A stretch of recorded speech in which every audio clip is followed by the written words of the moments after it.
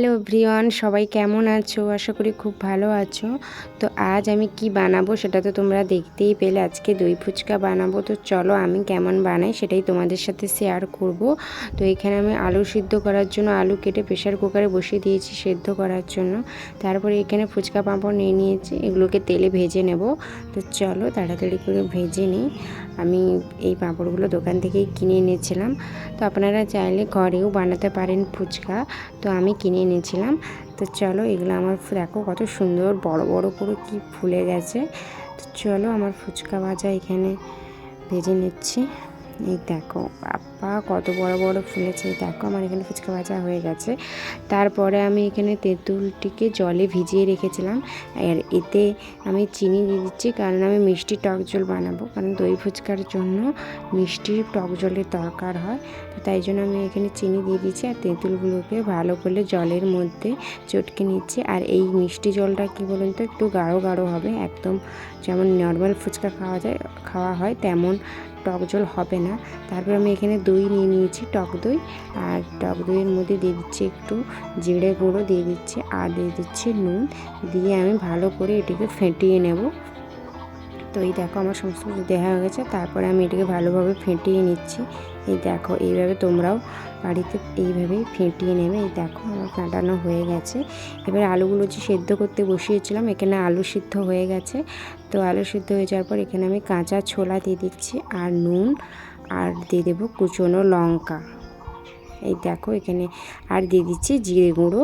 তো জিরে গুঁড়োও দিয়ে দিচ্ছি, এতেও আপনারা সামান্য জিরে গুঁড়ো দিয়ে দেবেন। আর কাঁচা পেঁয়াজটা আমি কুচিয়ে রেখেছি অনেকটাই। তো আলুতে একটু কম, একটু হালকা করে দেব, আর ফুচকাগুলো রেডি করার পর ফুচকার ওপর ছড়িয়ে দেব।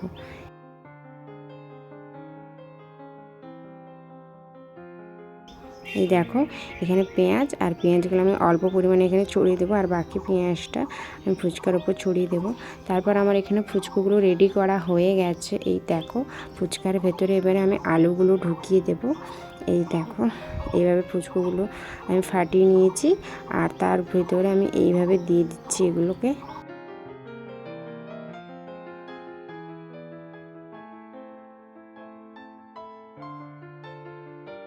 তারপর আমার এখানে সমস্ত ফুচকাগুলো রেডি হয়ে গেছে। এবারে এক এক করে ওই টক জল, দই সমস্ত কিছু দিয়ে দেবো। তো দেখতেই পেলে টক জলটা দিয়ে দিচ্ছি, তারপরে পেঁয়াজ যে ছিল ওই পেঁয়াজগুলোও দিয়ে দিলাম, সমস্ত টক জলটাই দিয়ে দিলাম। তারপরে এবারে দইটাকে দেখো এইভাবে ছড়িয়ে দেবে তোমরাও। দেখো দইটাকেও আমার দেয়া হয়ে গেছে। এরপর আর লাগবে ঝুরি ভাজা। তো তোমরা ঝুরি ভাজা কিনে এনে ওটাও ছড়িয়ে দেবে। এই দেখো এখানে আমি ঝুরি ভাজাটাও ছড়িয়ে দিচ্ছি। তো যেভাবে করেছি ওইভাবেই করবে, দেখবে কত সুন্দর খেতে লাগে। তো অবশ্যই আমার মতন বানিয়ে কে কে বানিয়েছে অবশ্যই কমেন্ট করবে, আর কেমন খেতে লেগেছে সেটাও আমাকে জানিও। তো তারপরে একটু হালকা হালকা একটু টমেটো সস ছড়িয়ে দিয়েছি, তাতে খেতেও ভালো লাগে আর দেখতেও ভালো লাগে। তো চলো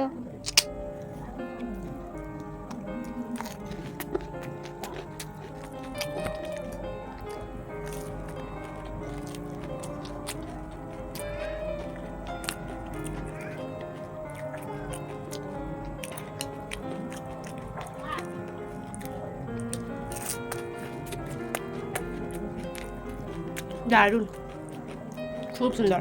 আপনারা বাড়িতে ট্রাই করে দেখুন।